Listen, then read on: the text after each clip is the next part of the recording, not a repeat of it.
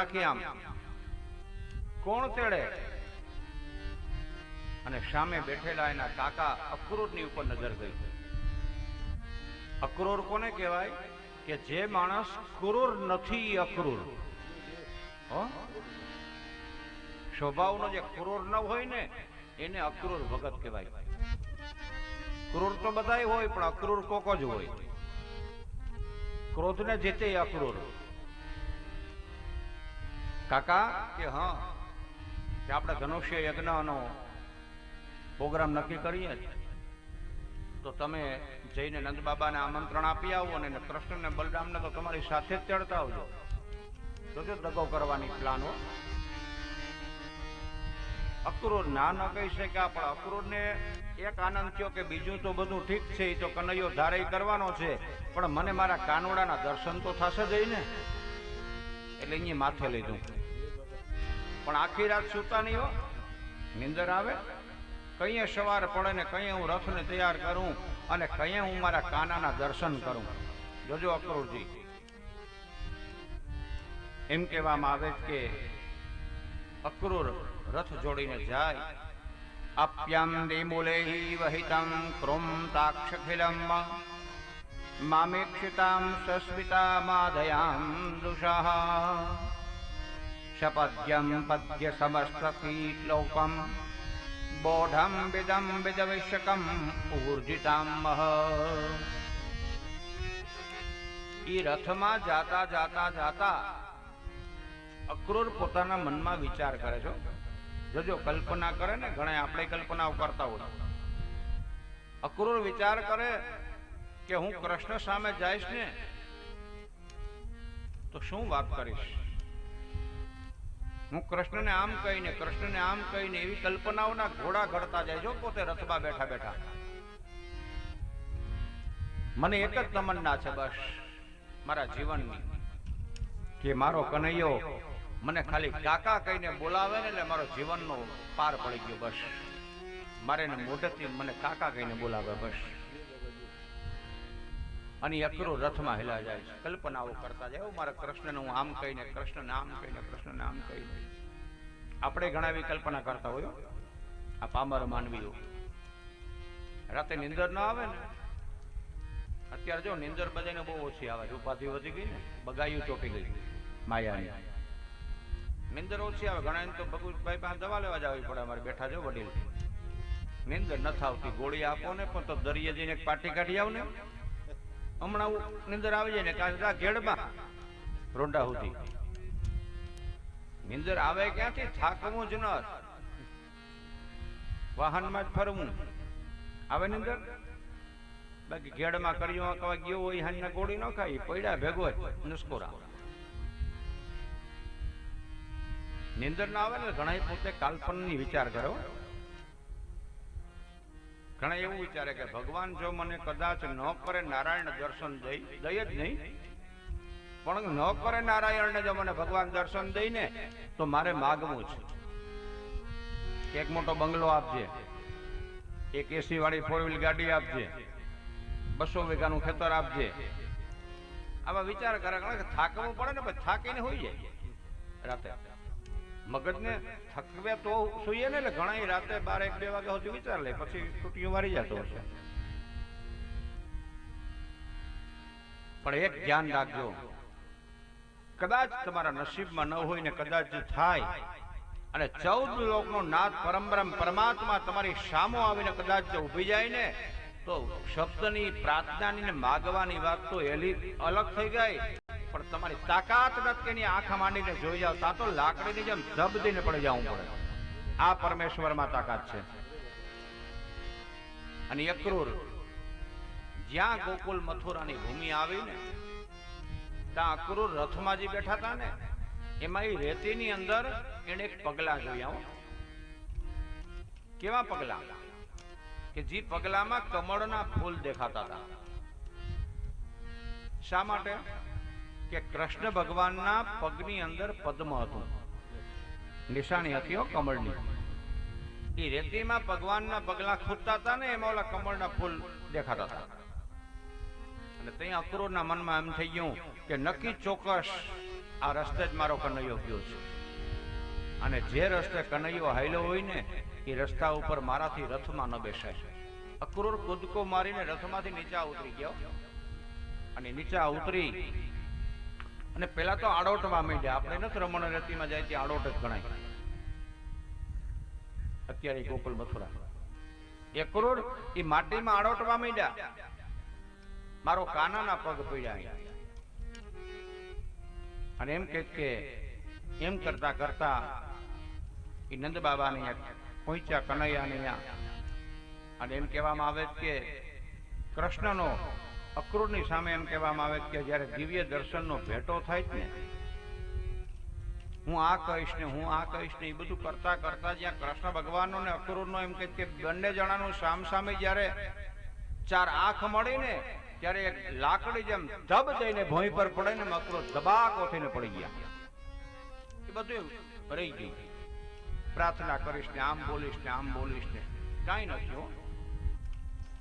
અને ત્યાં કૃષ્ણ તો અંતર્યામી છે. ભગવાન તો જાણે. એટલે જ હું તમને કહું ને કે મંદિરોમાં જાવ ને તો માગવાની જરૂર નથી. આપણે મોઢે માગીએ તો ખોટું માગીએ. એ તો અંતર્યામી છે. તમે મંદિરે જાઓ ને તાજી માપે લે કે ભગત કેટલા ટકાનો કેમ આવ્યો. તમારા માપ માપા જેવા પગથિયાં ચડો તાજ. મોઢે માગવાનું ના આવે. અને એટલે જ ભક્તોએ ભગવાન પાસે નથી માંગ્યું. માણસ પાસે તો નથી માંગ્યું, પણ નરસૈયા અને સુદામા જેવાએ પરમાત્મા પાસે નથી માંગ્યું. એ ભક્ત ભગવાનને ખબર હતી કે આને એક તમન્ના છે.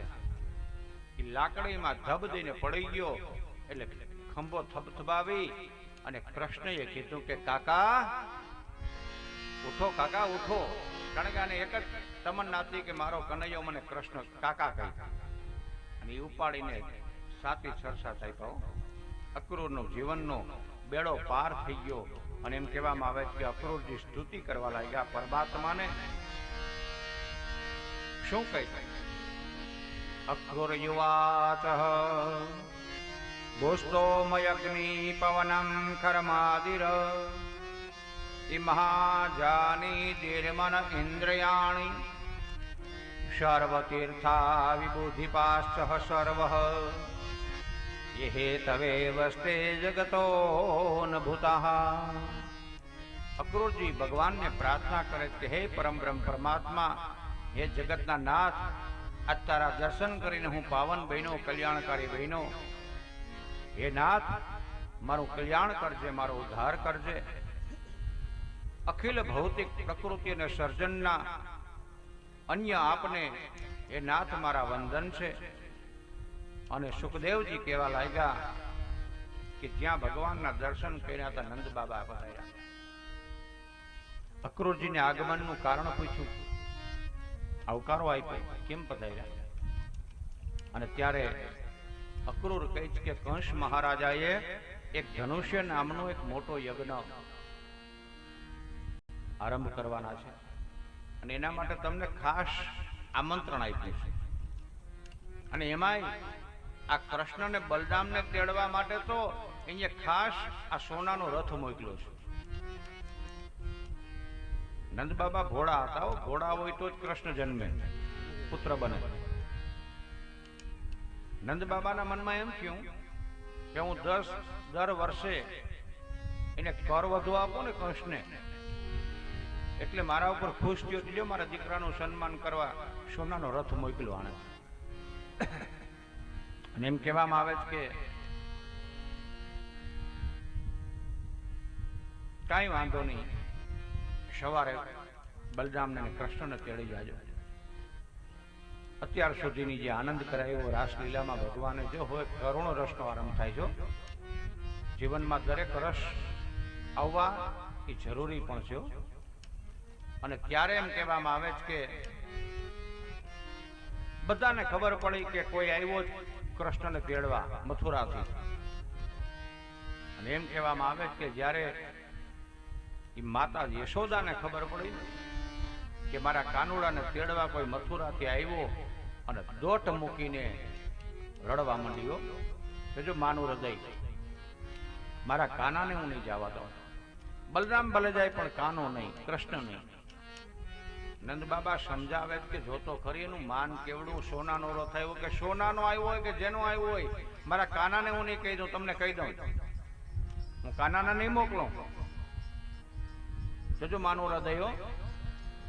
અને ત્યારે એમ કહેવામાં આવે છે કે નંદ બાબા સમજાવે કે તમને ખબર નથી, કાનુડો હજી નાનો છે, હજી મારે એને ખોડામાં બેસાડી અને મોઢામાં કોળીઓ ખોડાવું તેથી જમે. એ મથુરાજીને દશા શું થાય મારા કાનાની, કોણ જમાડે ને? હું એને જવા નહીં દઉં.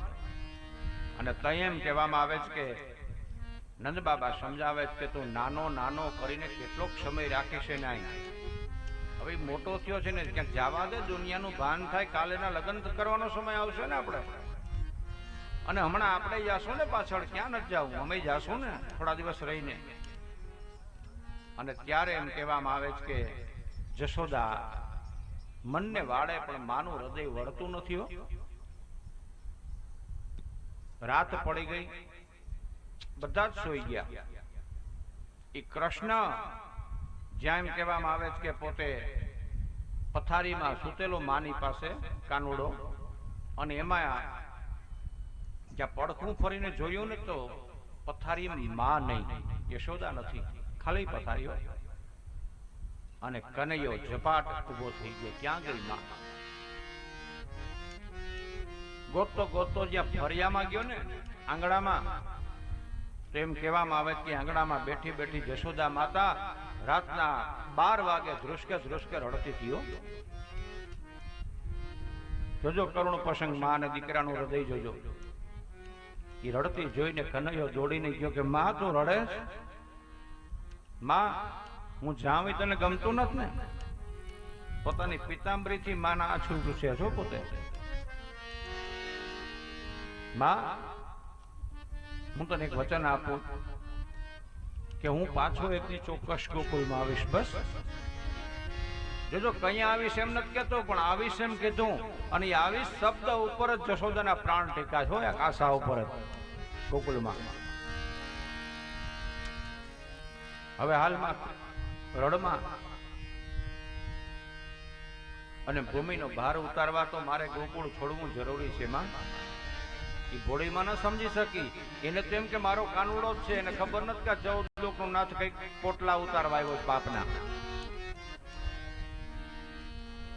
એ પથારીમાં સુવડાવીને માએ હાથ ફેર્યો પાછળ. અને કહેવામાં આવે કે વહેલી સવારના જશોદા માતાએ કંસાર બનાવ્યો. દીકરા, મારા હાથનો છેલ્લી વાર તો માખણ મિશ્રીને કંસાર જમતો જ દીકરા ખોળીએથી.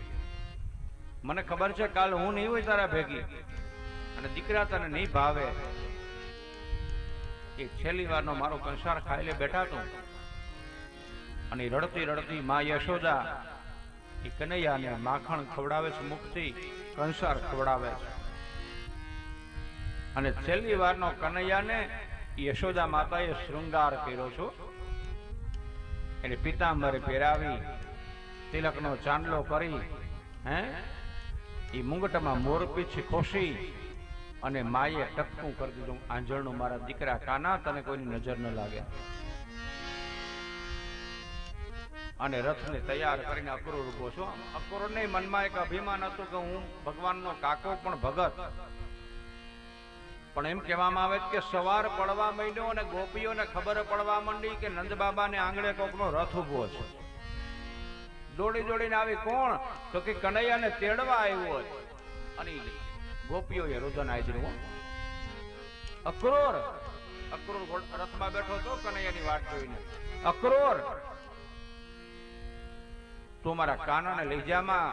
એ કાનો છે ને અમારું હૃદય છે, એના વિના અમે ગોકુળમાં નહીં રહી શકીએ. ગોપીઓ રુદન કરે છો. એ રાધાજીને ખબર પડી કે અક્રૂર નામનો કોઈ ક્રૂર મારા કાનાને લેવા આવ્યો. રાધા દોડીને આવીને દોટ મૂકી અને ધરતીમાં પડીને મીંડી રડવા, મારા કાનાને લઈ જાવ માં, મારા કાનાને લઈ જાવ માં. એ રડતી હતી ને, ત્યારે કાનુડાએ જઈને એના કાનમાં કીધું કે રાધા, કે હા, કે કે હવે તું મને જવા દે, અટાણા સુધી તમારી ભેગો રાસમાં બહુ નાચ્યો, હવે હું દુનિયાને નચવવા માટે જાઉં છું અટાણા. તમને બહુ રમાડ્યા, હવે દુનિયાને રમાડવાની છે, હજી મારે બાકી છે જીવનમાં. અને એમ કહેવામાં આવે કે કેટલીક ગોપીઓ તો આડી સૂઈ ગઈ, કેટલીક ગોપીઓએ લગામ પકડી લીધી. એક ગોપી તો એમ બોલી કે આ કાળમુખાનું નામ આની ફઈએ અક્રૂર નથી પાડવું, આ કાળમુખો ક્રૂર જેવો લાગે છે અમને, આ મારા કાનુડાને લેવાય હોય, આનું નામ અક્રૂર કેણે પાડ્યું, આ ક્રૂર છે. અને દાસીઓ કેમે કરી રોકાતી નથી ને, ત્યારે છેલ્લે કનૈયો માને ભેટી વિદાય લઈ, માના આંખના આંસુ લૂછી અને રથમાં બેઠો. અક્રૂર ને કીધું, અક્રૂર તું રથ ચલાવ, નકા ગોપીઓનો પ્રેમ મને ગોકુળ નહીં મૂકવા દો, તું રથને ચલાવી મૂક. અને એમ કહેવામાં આવે કે અક્રૂરે રથને દોડાવ્યો, અને જ્યાં ભગવાન કાનુડાને લઈને રથ દોડ્યો ને, ત્યાં જશોદા માનું હૈયું હાથ ન રહ્યું. ભાઈ માનું હૃદય ને એ રથની પાછળ લાજ મૂકી દીધી, વાળ છોટા મૂકીને એમ કે પરસેવામાં રેબ જેબ જશોદાએ દોટ મૂક્યો. એને રથમાં બેઠા બેઠા કનૈયા આમ નજર નાખીને તો માને દેખી અને તરત કીધું કે અક્રૂર રથ ઉભો રાખી દે, રથ ઉભો રાખી દે, મારી માં આવે છે. અને કઈક કે દોડીને આવીને ઉવારણા લીધા. માયો દીકરા, મેં તને બહુ હેરાન કર્યો હશે કદાચ ગોકુળમાં, મને માફ કરી દેજે બેટા, હું તને ઓળખી ન શકી બેટા. અને એક વાત બીજી કહું, એક વાર તો બહુ તોફાન કરતો તો તારી ફરિયાદ બહુ આવતી હતી, અને બહુ થયું ને પછી હું સહન ન કરી શકી ને, એટલે દીકરા તને ખબર છે ને, હીરની દોરીએ મેં બાંધ્યો તો કાપા પડી ગયા હતા. બેટા મને માફ કરીને વાતને તું ભૂલી જાજો. અને તઈ કનૈયો પોતાની માના આંખના આંસુ લૂછી અને બોલ્યો કે માં, હું મારી જિંદગીમાં બધું ભૂલી જઈશ માં, પણ તે મને હીરની દોરીએ બાંધ્યો એ વાત હું જિંદગીમાં કોઈ દી નહીં ભૂલું. કેમ? એનું કારણ છે માં કે દુનિયામાં કોઈની તાકાત નથી કે મને બાંધી શકે. કનૈયાને બાંધવાની તાકાત દુનિયામાં કોઈની નથી માં. એ હીરની દોરીએ નતો બંધાણો માં, તારા પ્રેમના બંધને હું બંધાઈ ગયો તો બધી. એ વાત હું ક્યારેય નહીં બોલું. અને ઈ માં છે એટલે જ કહું કે જીવનમાં આશીર્વાદ લઉં ને તો માવતરના લઈ લેજો, ક્યાંય તમારો વાંકો વાળ નહીં થાય. બાકી જો માવતરને દુભાવ્યા ને તો હરદ્વારની ડૂબકી મારો કે લાખોના ધર્મના કામ કરો ને તોય કોઈ ફળ નહીં મળે. આ લખી રાખજો. જનેતાની તો મે નાવે બીજી તો મારી જનેતાને તો ને નાવે બીજી તો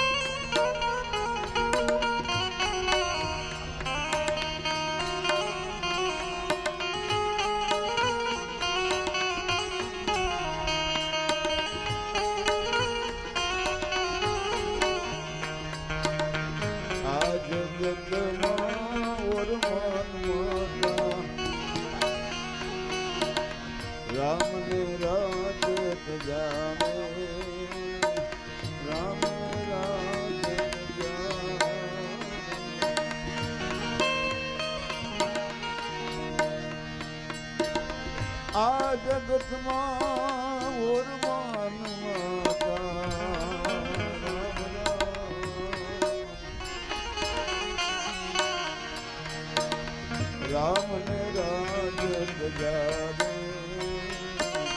રામ ગયા રે 5 વર્ષના એ બાળક ધ્રુવને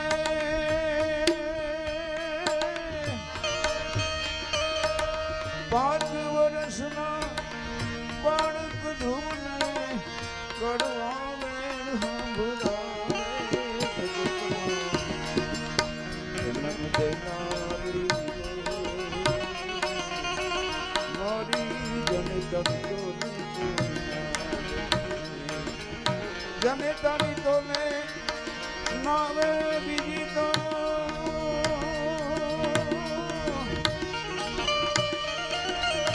જનતાની તોલે નાવે બીજી તો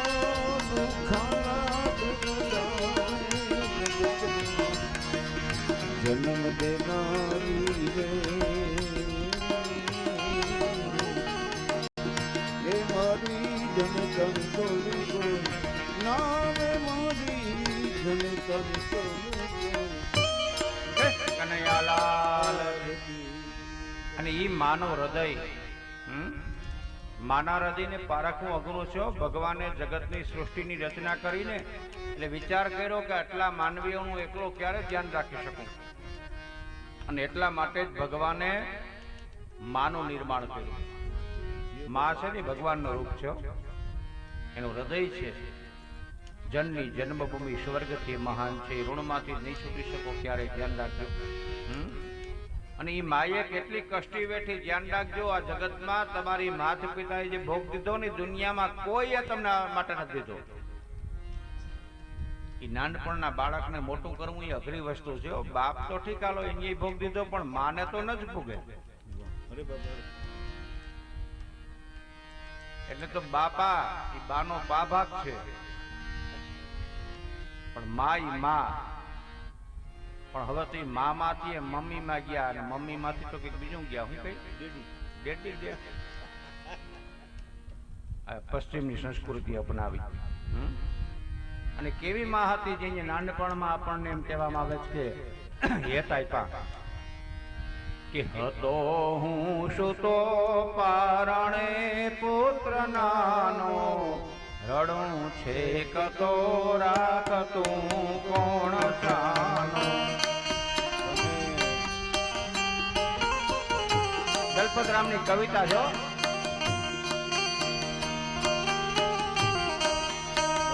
મને દુઃખે દુઃખી દુઃખી કોણ થાતું મહારે તવાડી દયાળી જ મારું.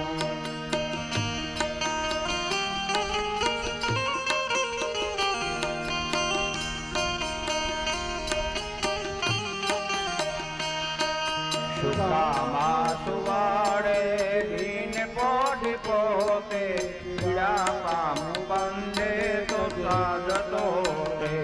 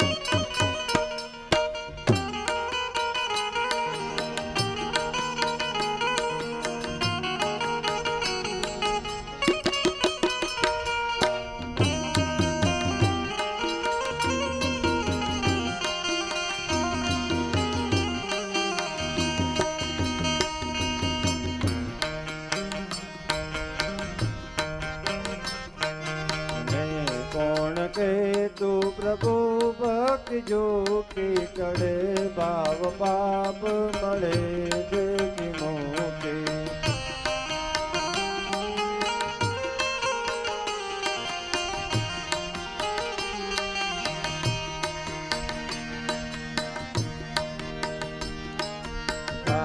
આજ તારું હજી હેત તેવું જડે માછલીનું જડું તેવું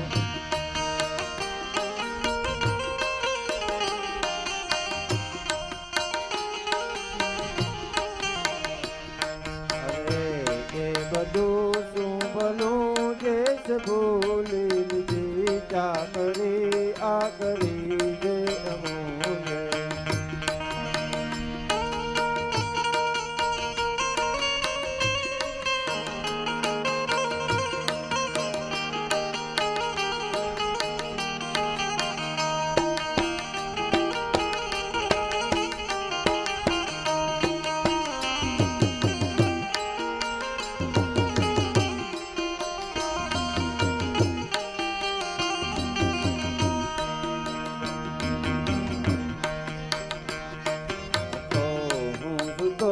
પારણે પુત્ર નાનો રડો છે કતો રાખતો કોણ જાનો